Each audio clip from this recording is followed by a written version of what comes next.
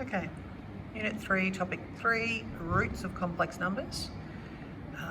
We're going to do a cubic. It's called the cubed root of unity. In this one, you'll be doing some square roots. Cubed roots is where we're mostly at, but you might be asked to do a higher order root as well, following the same procedure. Now we're told that z cubed equals 1. That's our question. We're going to find z. Now we're going to let z equals r cis theta. So we're going in trig form. So that means r cis theta cubed, I know it's equal to 1. But what is that in trig form? In trig form, it's equal to 1 cis 0. Because remember, cos of 0 equals 1, sine of 0 equals 0. So when you span it out, that's what it's going to be. So we're okay with that? So if we expand this out and we go, this is r cubed cis 3 theta. Remember De Moivre's theorem? 1 cis 0. So therefore, r cubed equals 1 and 3 theta equals 0. Now, it's equal to 0, but we've also got to think of all our different revolutions. So we're going to go 2k pi. Because where our angle is, we know it has a period of 2 pi. So we're looking at different iterations. So we always add plus 2k pi to look at our extras. Now r cubed equaling 1, it's very much we'll just go r is 1. But theta is going to be 0 plus 2k pi on 3. So our solution is z equals 1 cis, essentially without the dot, 2k pi over 3 is our solutions. So we've got to that point. This is awesome. If we get to this point, we're doing well. Now we've got to look at our particular solutions. So we're going to look at different values of k. So when k equals 0, k equals 1, k equals 2.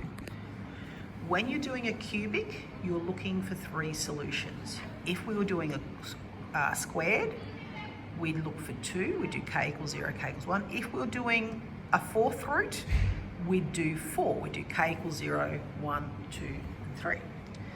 But anyway, we're just doing this one. K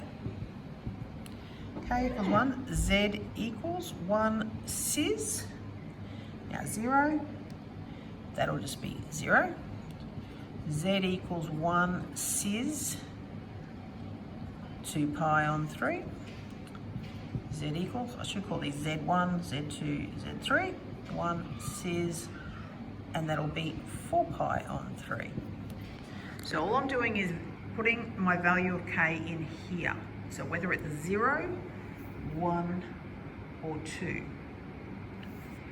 The reason we only do 3, because it's a cubic, but just to check, if I went another one, and I did a Z4, and I'd go 1 cis, and I'd end up with,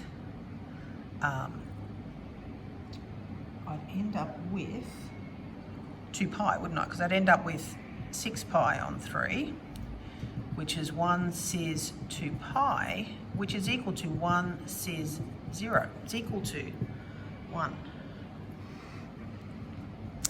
So that's now the same as that. So we've doubled up. So essentially, if we go another one, we just double round. Let's look at where these are on an Argand diagram because it may explain it a bit better for you. Oops. Actually, I'm going to put it down here. Sorry. Oops. So down here, if I put the Argand diagram in,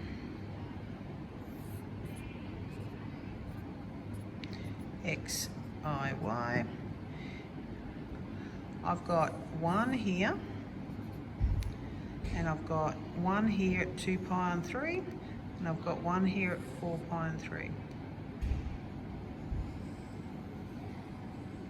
All of them are a distance of 1 out, and they're at the different angles. This is 2 pi on 3. Of course, this is 2 pi on 3. And then this will be 2 pi on 3 as well. So this is my Z1, this is my Z2, this is my Z3. The 3 solutions I found there are there on my Argand diagram. If I went different values of K, all I'll get is those same 3 solutions again and again and again. Now, that's in trig form. We also can work out of these in component form. That would be 1. This will be cos 2 pi on 3 plus sine 2 pi on 3i, which we can work out. And this will be cos 4 pi on 3 plus sine 4 pi on 3i. And you can just work out what those values will be. But they're my 3 solutions of z cubed equals 1. They are 3 solutions. They lie on the unit circle, equidistant around, with an angle of 2 pi and 3.